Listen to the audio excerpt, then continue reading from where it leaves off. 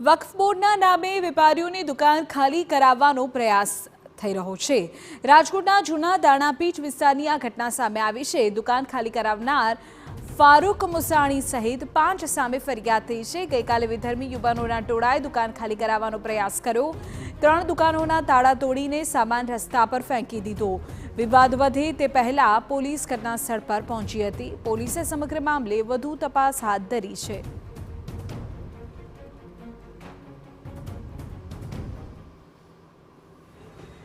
અમારી દુકાનનું તાળું તોડતા હતા એ સામે બેઠા બેઠા મેં જોયું એટલે અમે ત્યાં ગયા તો અમને એને ઓર્ડર આપ્યો કે આ વકફ બોર્ડનો ઓર્ડર છે તાળું તોડવા અને માલ સામાન તમારો બહાર ફેંકી દેવાનો।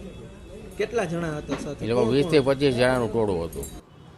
તો બીજી તરફ વેપારીઓની દુકાન ખાલી કરાવનાર શખ્સ ફારૂક મુસાણીએ કહ્યું કે 3 દુકાન ખાલી કરાવવા માટે વક્ફ બોર્ડ દ્વારા કહેવામાં આવ્યું છે। અમે કબજો લેવા માટે વક્ફ બોર્ડની કોપી આપી દીધી છે। કાયદેસર ગુજરાત રાજ્ય વકફ બોર્ડનો અમને ઓર્ડર મળેલ છે ને એ ઓર્ડરના નિયમ મુજબ અમે દુકાનોનો કબજે લીધેલ છે। કેટલી દુકાનો?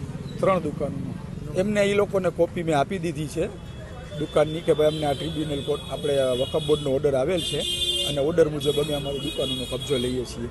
અને વર્ષોથી જે દુકાનો બંધ પડી હોય જર્જરિત હાલતમાં થઈ ગઈ છે, ઉપરથી છતો પણ તૂટી ગઈ છે અને અમારી મસ્જિદને પણ નુકસાન થાય એવી હાલત હોય એટલે અમારો ઓર્ડર આવ્યો એ ઓર્ડરને અમે ફોલો કર્યો છે। મહત્વનું છે કે સમગ્ર બાબતે પોલીસ યોગ્ય તપાસ કરીને કાર્યવાહી કરે તે જરૂરી છે।